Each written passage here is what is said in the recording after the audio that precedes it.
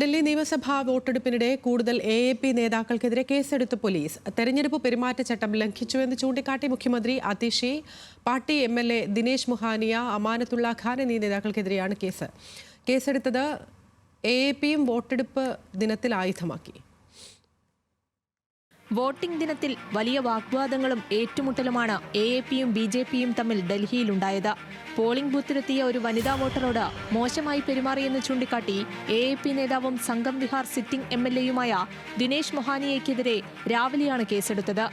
Flying kiss നൽകിയെന്നും സ്ത്രീത്വത്തെ അപമാനിക്കുന്ന ചേഷ്ടകൾ കാണിച്ചെന്നുമാണ് മൊഹാനിയയ്ക്കെതിരായ പരാതി.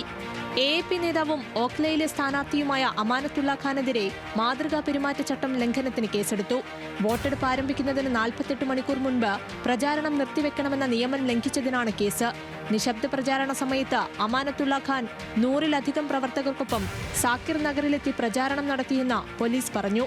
മുഖ്യമന്ത്രി അതിഷിക്കെതിരെ പെരുമാറ്റച്ചട്ട ലംഘനത്തിന് ഡൽഹി പോലീസ് ഇന്നലെയാണ് കേസെടുത്തത്. ഫത്തേ സിംഗ് മാർഗിൽ 70 പ്രവർത്തകർക്കൊപ്പം ചട്ടം ലംഘിച്ച് സന്ദർശനം നടത്തിയെന്നാണ് കേസ്. ഇതിനെ തുടർന്ന് തെരഞ്ഞെടുപ്പ് കമ്മീഷനെ വിമർശിച്ച് അതിഷി രംഗത്തെത്തി. ബി.ജെ.പി. സ്ഥാനാർത്ഥി രമേശ് ബിദൂടി പരസ്യമായി ഗുണ്ടായിസം നടത്തുകയാണെന്നും തെരഞ്ഞെടുപ്പ് കമ്മീഷൻ ഒരു നടപടിയും സ്വീകരിച്ചില്ലെന്നും മുഖ്യമന്ത്രി ആരോപിച്ചു. അതിനിടെ മുഖ്യമന്ത്രി അതിഷിയുടെ ഓഫീസ് ജീവനക്കാരൻ ഗൗരവിനെയും ഡ്രൈവറെയും പോലീസ് അറസ്റ്റ് ചെയ്തു. 5 ലക്ഷം രൂപ ഇവരിൽ നിന്ന് കണ്ടെടുത്തെന്നും വോട്ടർമാർക്ക് വിതരണം ചെയ്യാനാണ് ഇതെന്നുമാണ് പോലീസിന്റെ വാദം. ആരോപണം എ.എ.പി. നിഷേധിച്ചു. അതിഷിയുടെ ഓഫീസ് ജീവനക്കാരനെ പോലീസ് പിടികൂടുന്ന ദൃശ്യങ്ങൾ സോഷ്യൽ മീഡിയയിൽ പ്രചരിച്ചു. എ.എ.പി. അധ്യക്ഷൻ കെജ്രിവാളിനെതിരെ ഹരിയാന പോലീസ് കേസെടുത്തത് കഴിഞ്ഞ ദിവസമാണ്. യമുനയിൽ ഹരിയാന സർക്കാർ വിഷം കലർത്തിയെന്ന പരാമർശത്തെ തുടർന്നായിരുന്നു case. National desk, news Malayalam.